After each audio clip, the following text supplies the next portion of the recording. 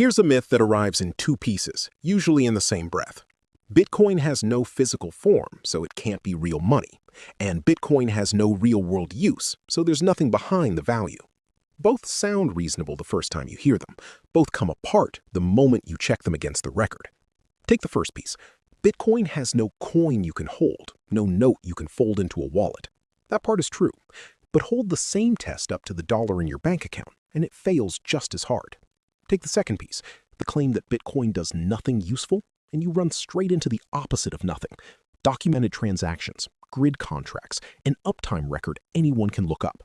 So let's take the myth apart the way it was built, in two pieces. First, the form, then what the network actually does. Start with form, because it collapses fastest. In 1971, the United States cut the dollar's last tie to gold. From that day on, a dollar stopped being a claim on something in a vault and became a number, kept by banks and governments. When you send money now, nothing physical travels. One database entry drops at your bank, another rises at someone else's. Every major currency on Earth works this way. That isn't a knock on the dollar, it's the context the myth forgets. It isn't physical is true of every bank balance, every wire, and every central bank reserve on the planet. If having no physical form disqualified money, the whole financial system would fail the test right alongside Bitcoin. The people who raise it about Bitcoin rarely raise it about their own checking account. And notice how strange the test is to begin with. Nobody asks to hold the internet before deciding whether it's useful. A system is defined by what it does, not by whether it fits on a shelf. Bitcoin is just the more transparent version of money that was already digital. It doesn't claim a vault it isn't connected to. It is what it says it is: a fixed supply, a shared ledger, rules kept by code instead of by anyone's promise.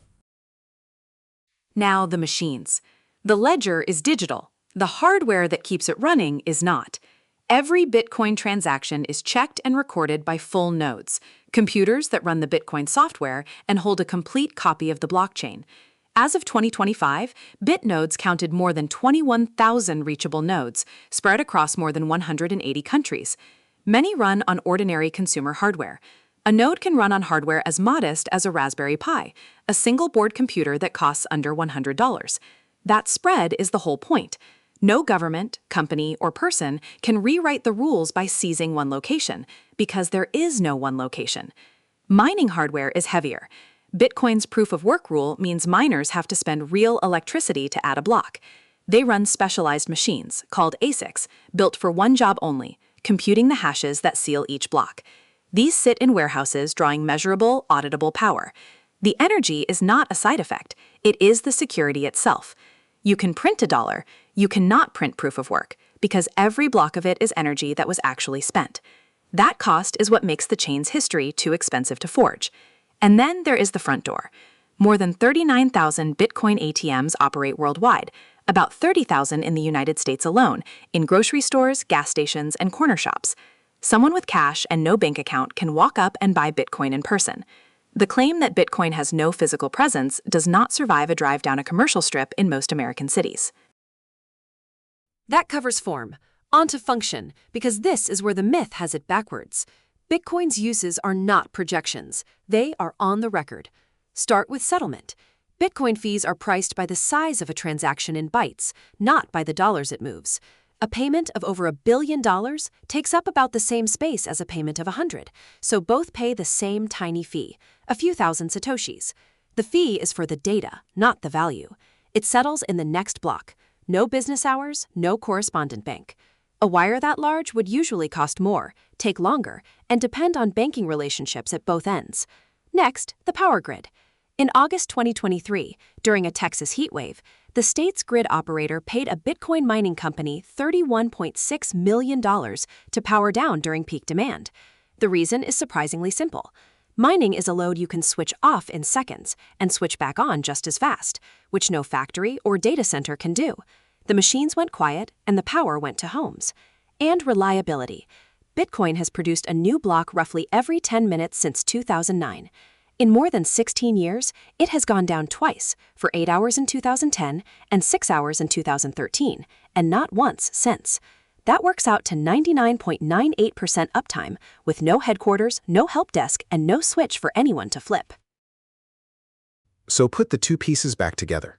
The myth said Bitcoin has no physical form and no real use. What we actually find is machines in 180 countries, energy spent on every block, 39,000 places to walk in off the street, a transfer that moved $1.2 billion for pocket change, a grid that pays miners to stand down, and 16 years without an outage. Here is the part of the myth that carries real weight. Bitcoin's energy use is real, and it is large. Whether that energy is worth it is a live argument, and reasonable people land on both sides of it. But that argument is a different question. Is the energy worth it is not the same as, does Bitcoin have physical form and real use? The energy is the physical form. The uses are on the record. You can debate the price. You cannot say there is nothing there. The form was never the question. Money has been shells, gold, paper, a bank balance, and now a line of code. Its shape keeps changing. What holds still is the test that actually matters. What does the thing do, and can anyone stop it? Bitcoin settles value for anyone, at any hour, at any size, and there is no office to call to shut it off. That is the part the myth misses. It goes looking for Bitcoin on a shelf, finds nothing there, and calls the whole thing empty. But the network was never on the shelf. It's in the machines, in the energy, and in a ledger that has kept running block after block for 16 straight years, no matter who wanted it to stop.